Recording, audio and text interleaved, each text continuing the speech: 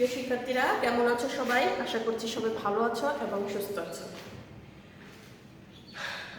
আমি আজকে তোমাদের ব্যবসায়িক প্রতিষ্ঠান হিসাবে প্রাপ্তি ও প্রদান হিসাবে বইতে কি কি অন্তর্ভুক্ত হয় সেটা নিয়ে একটু আলোচনা করব। তাহলে দেখো, প্রারম্ভিক নগদ ও ব্যাংক জমার উদ্বৃত্ত দিয়ে শুরু করে সকল প্রকার খাতওয়ারি নগদ প্রাপ্তি ডেবিট বা বাম দিকে এবং সকল প্রকার নগদ পরিশোধ ক্রেডিট বা ডান দিকে দেখানো হয়। প্রারম্ভিক উদ্বৃত্ত সহ ডেবিট দিকের টাকার যোগফল থেকে ক্রেডিট দিকের প্রধান টাকার বিয়োগফল দ্বারা সমাপনী উদ্বৃত্ত জের নির্ণয় করা হয়। এটা নগদান বইয়ের মতো ডেবিট জের প্রকাশ করে একই নিয়মে তৈরি করা হয়। এখন আমরা দেখব প্রাপ্তি ও প্রদান হিসাবের বইতে প্রাপ্তি সমূহ আমরা ডেবিট দিকে দিয়েছি। তাহলে আগে আমরা দিব প্রারম্ভিক উদ্বৃত্ত। এখন প্রারম্ভিক উদ্বৃত্ত আমাদের হাতে নগদ থাকতে পারে, ব্যাংক জমার উদ্বৃত্ত থাকতে পারে এবং সেটা 1 তারিখের, নিশ্চয়ই 1 তারিখের হতে হবে। তারপর আমরা দিব মুনাফা জাতীয় প্রাপ্তি বা আয়, যেটা এখানে মোস্ট ইম্পর্টেন্ট যেটা হচ্ছে আমাদের জন্য আয়, চাঁদা। এই ব্যবসায়িক প্রতিষ্ঠানে যদি আমরা চাঁদাটা ভালো করে বুঝতে পারি, বিগত বছরের চাঁদা, পরবর্তী বছরের চাঁদা এবং চলতি বছরের চাঁদাটা কিভাবে নির্ণয় করা যায়, সেটা যদি আমরা ভালো করে করতে পারি তাহলে এই অঙ্কটা আমাদের কমপ্লিট। তাহলে চাঁদার মধ্যে আমাদের থাকতে পারে চলতি, বিগত, অগ্রিম সালের একত্রে বা আলাদা আলাদা সমন্বয়ের মধ্যে থাকতে পারে।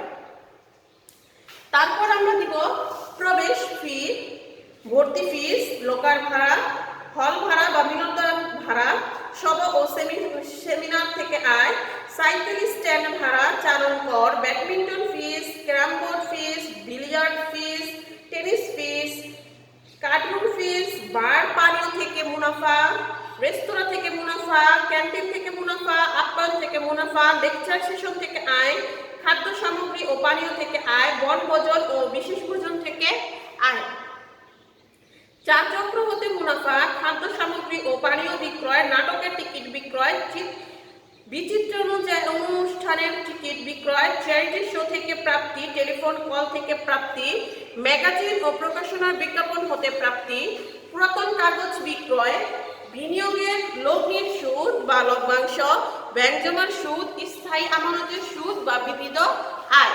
এগুলো হচ্ছে আমাদের জন্য মুনাফা জাতীয় প্রাপ্তি বা আয়। এখন শুধুমাত্র মুনাফা জাতীয় প্রাপ্তি বা আয় তো আমাদের প্রাপ্তি হিসাবে যাবে না, এখানে মূলধন জাতীয় প্রাপ্তিও কিছু কিছু অন্তর্ভুক্ত হবে। তাহলে মূলধন জাতীয় প্রাপ্তিগুলো কি, তোমরা আমার এই কথাগুলো খাতা কলম নিয়ে একটু লিখে রাখো যে কি কি প্রাপ্তি হিসাবে যায়।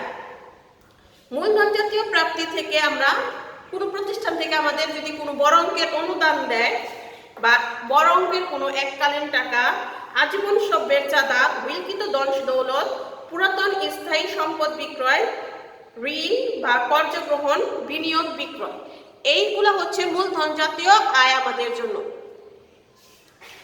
এখন আমরা যাব প্রদান সমূহের উপর। প্রদান সমূহের মধ্যে মুনাফা জাতীয় প্রদান।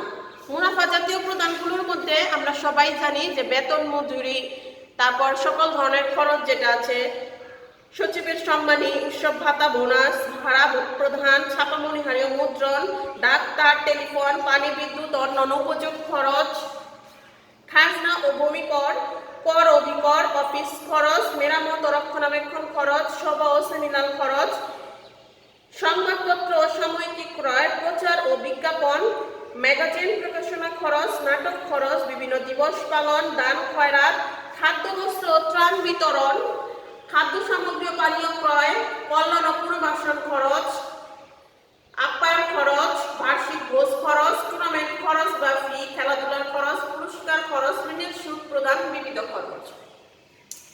এছাড়া কিছু মূলধন জাতীয় প্রাপ্তি বা মূলধন জাতীয় ব্যয়গুলো হচ্ছে ভূমি ক্রয় বা উন্নয়ন, খেলার সরঞ্জাম ক্রয়, আসবাবপত্র ক্রয়, দালান কোঠা ক্রয় বা নির্মাণ, স্থায়ী সম্পদের নবায়ন বা সম্প্রসারণ, বৈদ্যুতিক সংস্থাপন ব্যয়, বই পুস্তক ক্রয়, বিনিয়োগ, শেয়ার, সঞ্চয়পত্র, বন্ড ইত্যাদি ক্রয়। এগুলো যাবে আমাদের প্রদান খাতে।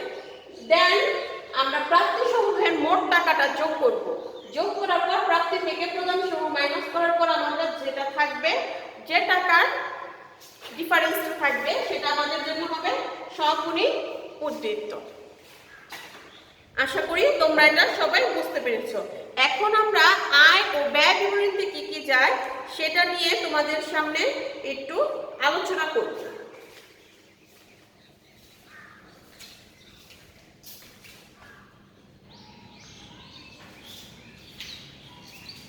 প্রিয় শিক্ষার্থীরা, আমি এতক্ষণ তোমাদের সামনে প্রাপ্তি ও প্রদান নিয়ে হিসাব নিয়ে আলোচনা করছি।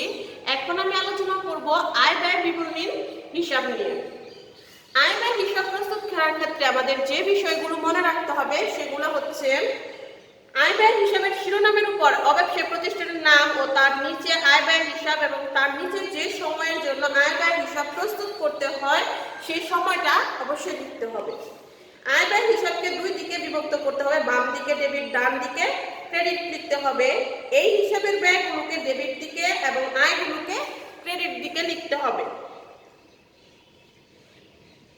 এই হিসাবে শুধুমাত্র চলতি হিসাবে বছরের মুনাফা জাতীয় আয় ব্যয়ের দফাগুলো লিখতে হবে।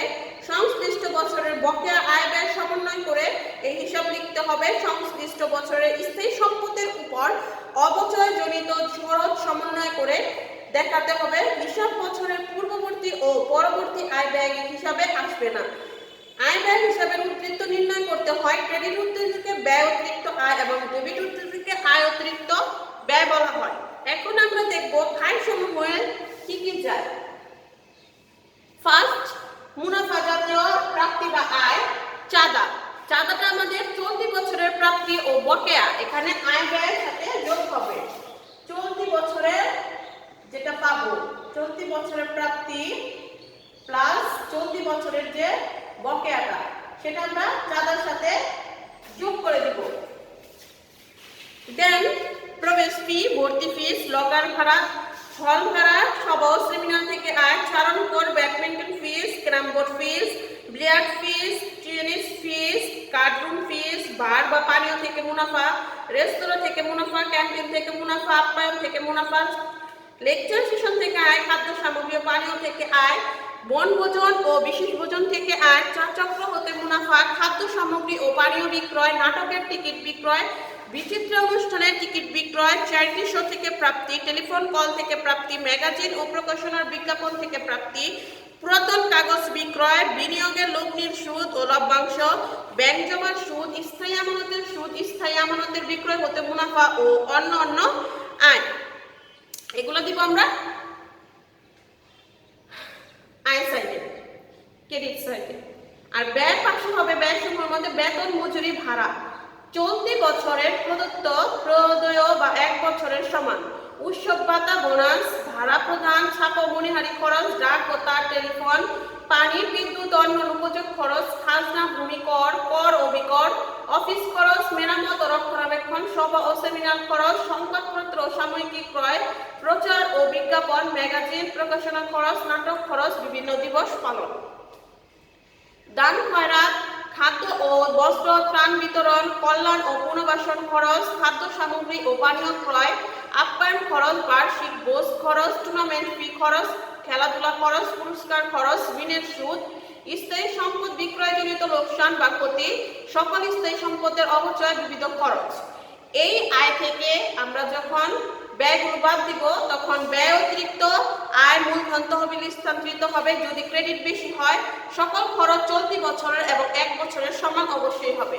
আর যদি ব্যয় বেশি হয়, আয় কম হয়, তাহলে আমরা দিব আয় অতিরিক্ত ব্যয় মূলধন তহবিলে স্থানান্তরিত হবে। যদি ডেবিট বেশি হয় সকল আয় চলতি বছরে বা এক বছরের সমান হবে। তাহলে তোমরা আয় ব্যয় নিশ্চয়ই বুঝতে পেরেছো।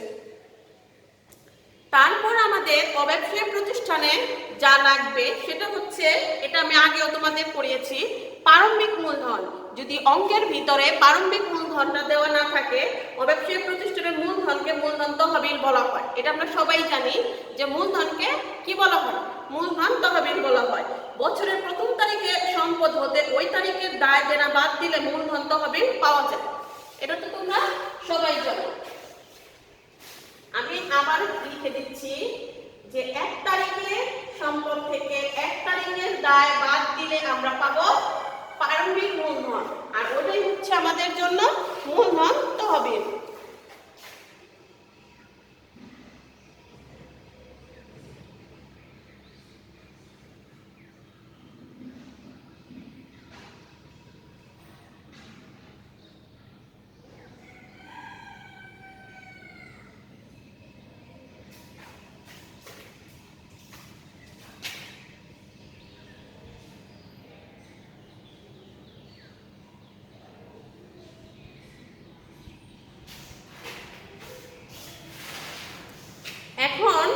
আমরা উদ্ধৃত পত্রে মোস্ট ইম্পর্টেন্ট উদ্ধৃত পত্র বা আর্থিক অবস্থার বিবরণীটা কিভাবে করব।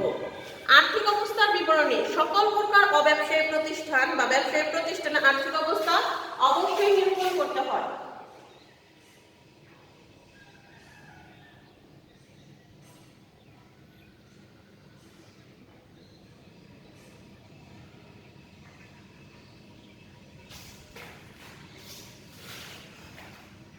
হিসাবকালের শেষ তারিখে সম্পদ, দায়, মূলধন বা মূলধন তহবিল ও অন্যান্য তহবিল নিয়ে যে বিবরণী প্রস্তুত করা হয় তাকে আর্থিক অবস্থার বিবরণী বলা হয় বা ব্যালেন্স শিট বলে। সুতরাং অব্যবসায়ী প্রতিষ্ঠানের হিসাবকাল শেষ তারিখে আর্থিক চিত্র প্রকাশের জন্য সম্পদ, দায় ও মূলধন তহবিল বিভিন্ন প্রকার তহবিলের সমন্বয়ে যে বিবরণী প্রস্তুত করা হয় সেই বিবরণী আমাদের জন্য কি আর্থিক অবস্থার বিবরণী। এখন আর্থিক অবস্থার বিবরণীর মধ্যে কি কি যায় সেটা একটু তোমাদের সাথে আলোচনা করব। তার আগে আমি আলোচনা করি যে আমাদের জন্য তো প্রবেশ ফি বা ভর্তি ফি এটা তো আমাদের জন্য পুরোপুরি নতুন। এটা কি, এই জিনিসটা কি? অব্যবসায়ী প্রতিষ্ঠানের সদস্য হওয়ার জন্য এর সদস্য এককালীন কিছু অর্থ প্রদান করতে হয় যাকে ভর্তি ফিস বা প্রবেশ ফি বলা হয়। এই আয় মূলধন জাতীয় আয় নাকি মূলধন জাতীয় আয় সে বিষয়ে বিতর্ক অনেকেই করেছে এবং অনেকের মতে এককালীন প্রাপ্তি বিধায় মূলধনী আয় হিসাবে উদ্ধৃত পত্র দেখানো উচিত। তবে শিক্ষা প্রতিষ্ঠানে অনেক প্রতিষ্ঠানে ভর্তি ফিস নিয়মিত প্রাপ্তি বিধায় মুনাফা জাতীয় আয় জাতীয় হিসাবে এবং আয় ব্যয় হিসাবে দেখানো উচিত। উল্লেখ্য প্রতিষ্ঠানের পরিচালনার জন্য কিছু অংশ মুনাফা জাতীয় এবং কিছু অংশ মুনাফা জাতীয় বিবেচনা করার সিদ্ধান্ত হতে পারে, তবে ভর্তি ফি সম্পর্কে কোনো নির্দেশনা না থাকলে মুনাফা জাতীয় আয় হিসেবে বিবেচনা করতে হয়।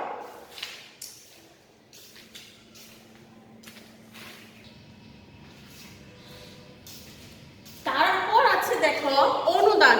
সমাজের বিত্তশালী ও দানবীয় ব্যক্তিগণের নিকট থেকে এককালীন অনেক সময় দানটা পাওয়া যায়। সেই দানের ক্ষেত্রে আমাদের সমন্বয়ে মুনাফা জাতীয় অংশে যদি বলা হয় যে এত % মুনাফা জাতীয় দেখাও, তাহলে এর অর্ধেক আমরা মুনাফা জাতীয়তে দেখাবো আর বাকি অর্ধেক আমরা মূলধন জাতীয় হিসাবে দেখাবো। এককালীন মোটা অঙ্কের টাকা পাওয়া যায় সেহেতু অনুদানকে মূলধন জাতীয় আয় হিসাবে আর্থিক অবস্থার বিবরণী দায় পাশে মূলধন জাতীয় তহবিলের সাথে যোগ দেওয়া হয়। তবে প্রতিষ্ঠান পর্ষদ অনুদানের অংশ বিশেষ মুনাফা জাতীয় আয় হিসাবে বিবেচনা করার সিদ্ধান্ত গ্রহণ করতে পারে।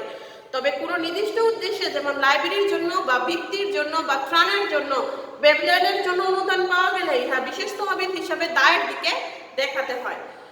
চাঁদা বা অনুদান থাকলে মুনাফা জাতীয় আয় হিসাবে গণ্য করতে হবে। যখন চাঁদার সাথে অনুদানটা একসাথে লেখা থাকবে তখন আমরা অনুদান আর চাঁদাটা আমরা মুনাফা জাতীয়তে দেখাবো, আর যদি শুধুমাত্র অনুদান থাকে সেটা আমরা দায় পাশে দেখাবো। আজীবন সভ্যের চাঁদা বা উল্লিখিত দণ্ডলত মূলধন জাতীয় প্রাপ্তি বা আয় হিসাবে প্রাপ্তি প্রদান হিসাবে ডেবিট ও উদ্ধৃত পত্রের দায় পাশে দেখানো হয়। তবে উহার সম্পূর্ণ আংশিক নিয়ে যদি কোনো তহবিলের নির্দিষ্ট নির্দেশ থাকে তখন উক্ত তহবিলকে আর্থিক অবস্থা বিবরণীর দায় পাশে দেখানো হয়। উল্লেখ্য যদি ইহা সম্পূর্ণ আংশিক মুনাফা দিকে জাতীয় হিসাবে গণ্য করা হয় তাহলে উক্ত নির্দেশিত অংশকে আয় ব্যয় হিসাবে ক্রেডিট দিকে অবশিষ্ট অংশ অবশ্যই আর্থিক অবস্থা বিবরণীর দায় পাশে দেখাতে হবে। এখন হচ্ছে আমাদের চাঁদা।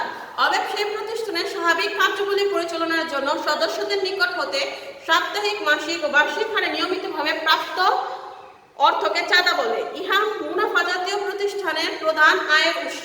প্রাপ্তি প্রদান হিসাবে ডেবিট দিকে চলতি বছরের অগ্রিম বকেয়ার নামে চাঁদা লেখা থাকলে কেবলমাত্র চলতি বছরের চাঁদাই আয় ব্যয় হিসাবে ক্রেডিট করতে হবে। কথাটা মনে রাখবে, শুধুমাত্র চলতি বছরের চাঁদাটাই হচ্ছে ক্রেডিট দিকে, অগ্রিম চাঁদা উদ্ধৃত পত্রের দায় দিকে। বিগত বছরের যে বকেয়া বা অনুযায়ী চাঁদা থাকলে প্রারম্ভিক মূলধন তহবিল নির্ণয়কালে সম্পদ হিসাবে দেখাতে হবে, আর চলতি বছরের বকেয়া চাঁদা থাকলে আয় ব্যয় হিসাবে ক্রেডিট পাশে চাঁদার সাথে যোগ করতে হবে এবং উদ্ধৃত পত্রে সম্পদ হিসাবে দেখাতে হবে। তাহলে চাঁদাটা আমি ক্লিয়ার করতে পারছি। আমি আবার বলে দিচ্ছি, দেখো চাঁদাটা আমরা যেটা ব্র্যান্ডে থাকবে সেই চাঁদা হচ্ছে আমরা দিব প্রাপ্তি আয় ব্যয় বিবরণীতে। আয় ব্যয় বিবরণীতে চাঁদা ক্রেডিট পাশে দিব, আয়ের পাশে। তারপরে যদি চলতি বছরের অগ্রিম হয়ে থাকে তাহলে চলতি বছরের চাঁদা আয় ব্যয় হিসাবে ক্রেডিট পাশে দিব। আর অগ্রিম চাঁদা যদি থাকে তাহলে উদ্ধৃত পত্রের দায় পাশে, আর যদি বকেয়া চাঁদা থাকে সেটা উদ্ধৃত পত্রের সম্পদ পাশে। এবং বিগত বছরের চাঁদা বা বিগত বছরের বকেয়া বা অনাদায়ী চাঁদা যদি থাকে সেটা আমরা প্রারম্ভিক মূলধন যখন নির্ণয় করব সেটা তখন সম্পদ পাশে দিব। আশা করছি এই বিষয়টা, চাঁদার বিষয়টা আমি তোমাদের বোঝাতে পেরেছি। আজকে এই পর্যন্তই। নেক্সট ক্লাসে আমি অব্যবসায়ী প্রতিষ্ঠানের যে কোনো একটা অঙ্ক নিয়ে তোমাদের সামনে হাজির হব। সে পর্যন্ত তোমরা ভালো থাকবে এবং সুস্থ থাকবে এবং আমাদের এই ক্লাসগুলো নিয়মিত তোমরা দেখবে, তাহলে কিছুটা হলেও তোমরা তোমাদের পড়ালেখা ক্ষতিটা পুষিয়ে নিতে পারবে। ধন্যবাদ সবাইকে।